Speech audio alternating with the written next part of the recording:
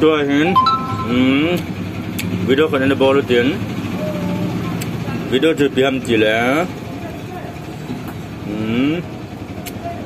Uniswap mai ho testnet coin testnet Satoshi coin ni price value ipitu mam tiju vet do ha ama sebana ha mata mas ahung lut tadi utin Uniswap kiti he head ding khacho piam Bitcoin khat na nei banga he le hitu US dollar la price ne ki kon bat tabang na a value zat mo ham ti ki beji ai dai pi le Uniswap ma yo testnet coin cho ipiti khat ve ga view de chlai me ding abla browser la lut ding abala kia he le ka connect site tan in view te Uniswap he tan che ai le tBTCs coin ni kan ni zat mo mong hi chi hin 1.8160 hin la price one coin ai zat ham ti cho value tu hin view te one kame hin abala select to kan hin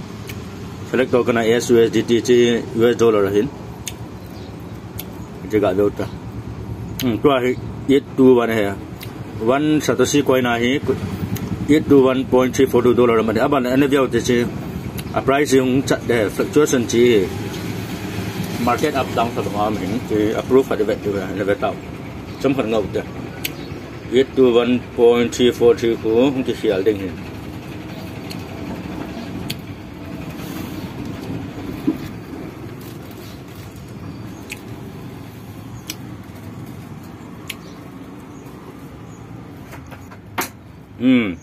Tuh 821.098 he kinin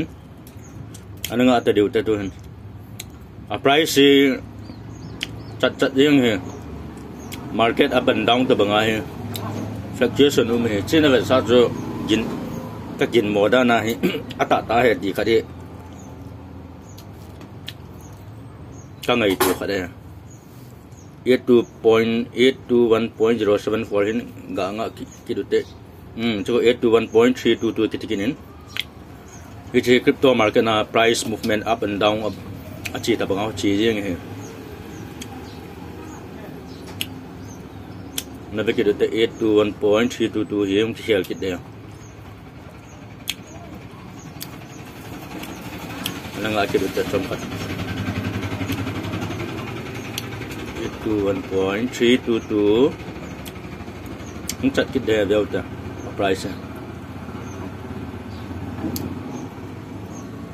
314 hung ki la kilo me hung khial jot kenin de kit te